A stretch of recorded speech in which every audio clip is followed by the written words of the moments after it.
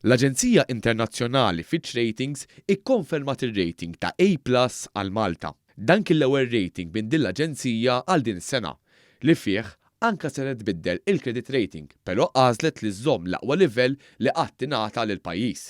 L-aġenzija, magħrufa li ma tħares lejn wiċċ ħadd, normalment tippubblika stqarrija li fija ta' spjegazzjoni dwar ir-rating. Madankollu storja differenti għal pajjiżna fejn ma pubblikat l-ebda spjegazzjoni u ħallit ir-rating fl-aqwa livell.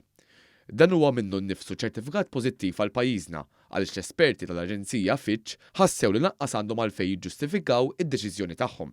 Esperti finanzjarji li tkellmu ma' din il-Kamra tal-Aħbarijiet qablu dan l-aġir ma' dak tal-Fond Monetarju Internazzjonali, l-IMF, li aktar kmieni din is-sena ħabbru li mhux se jibqgħu jippubblikaw rapport fuq l-ekonomija Maltija kull sena, imma se jeqilbu għal pubblikazzjoni kull sentejn. Tant li Malta hija l-unika stat membru tal-Unjoni Ewropea b'dan il-livell ta' fiduċja. L-istess jidher li ġara mill-Aġenzija Fitch Ratings, fejn iddeċidiet li tipposponi l-analiżi aktar dettaljat tagħha għat-tieni data skedata għall-2026, minkejja li r-regoli Ewropej jagħtuhom żewġ opportunitajiet fis-sena biex jispjegaw ir-rating ta' kull pajjiż. Issa Fitch Ratings mistennija terġa' tanalizza ir-rating ta' Malta fil-21 ta' Awwissu. L-istess esperti finanzjarji li tkellmu ma' din il-Kamra tal-Aħbarijiet qed ibassru li r-rating jista' jkompli jitjieb. Dan fid-dawl tal-possibilità li fix-xhur li ġejjin il-Gvern mistenni jikkonferma li d-deficit se jkun naqas taħt 3% tal-ġid nazzjonali għall-ewwel darba wara il-pandemija.